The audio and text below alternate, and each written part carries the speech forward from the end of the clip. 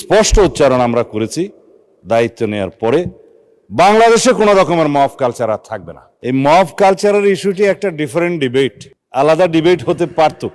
যত পরিসংখ্যান তিনি দিয়েছেন 24-এর 5ই আগস্টের পর থেকে এই 26-এর জানুয়ারি পর্যন্ত, সে পরিসংখ্যানটা আমার কাছে নাই। তবে আমাদের কাছে অনুমান আছে। আমরা সরকারের দায়িত্ব পেয়েছি, আমি এটা ক্ষমতা বলতে চাই না, আমরা এই রেসপন্সিবিলিটিটা পেয়েছি। এই দায়িত্ব নেওয়ার পর থেকে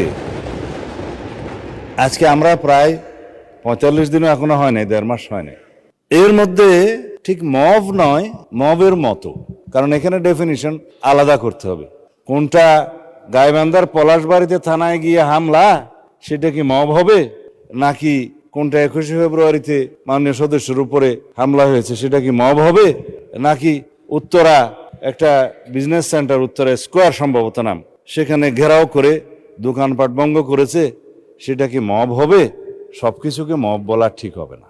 কিছু আছে সংগঠিত পরিকল্পিত অপরাধ, তার বিরুদ্ধে মামলা হয় এবং সেটা তদন্ত হয়, গ্রেফতার হয় এবং বিচারের জন্য সুপর্দ করা হয়। কিন্তু স্পষ্ট উচ্চারণ আমরা করেছি দায়িত্ব নেওয়ার পরে, বাংলাদেশে কোনো রকমের মব কালচার আর থাকবে না।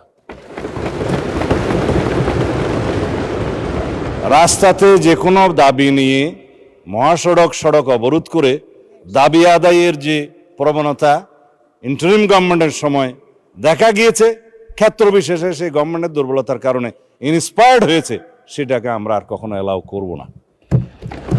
গণতান্ত্রিক প্রক্রিয়া হিসেবে দাবি থাকবে, সেই দাবির জন্য সংশ্লিষ্ট কর্তৃপক্ষের কাছে, মন্ত্রণালয়ের কাছে, ডিপার্টমেন্টের কাছে অবশ্যই দাবিনামা স্মারকলিপি দেওয়া যাবে। সেই জন্য জনমত সৃষ্টির জন্য সেমিনার, সিম্পোজিয়াম আয়োজন করা যাবে এবং প্রয়োজনে সেটা একটা জনসমাবেশের মাধ্যমে প্রকাশ করা যাবে এবং অ্যাসোসিয়েশন রাইট টু স্পিকস, এগুলো আমরা এনশিওর করব, সেটা করা যাবে। It's Democratic culture. কিন্তু মবের মাধ্যমে যেন আমরা সবাই এই সমস্ত দাবি আদায়ের প্রবণতা থেকে বেরিয়ে আসি। যখন সেটা মব হবে, মবের ডেফিনিশন আলাদা, স্পেসিফিক ক্রাইম হবে, ক্রাইমের ডেফিনিশন আলাদা, কোথাও থানায় গিয়ে আক্রমণ হবে, সেটা আলাদা। আমি এই প্রসঙ্গটা এখানে তুলছি না, কারণ এটা একটা রাজনৈতিক বক্তব্য তখন হয়ে যাবে। কোনোদিন যদি সেই বিষয়ে কেউ নোটিশ দেয়, সেটা করব, অথবা আমারও ইচ্ছা আছে 2-1 দিন পরে 300 বিধিতে আমি একটা বিবৃতি দেব।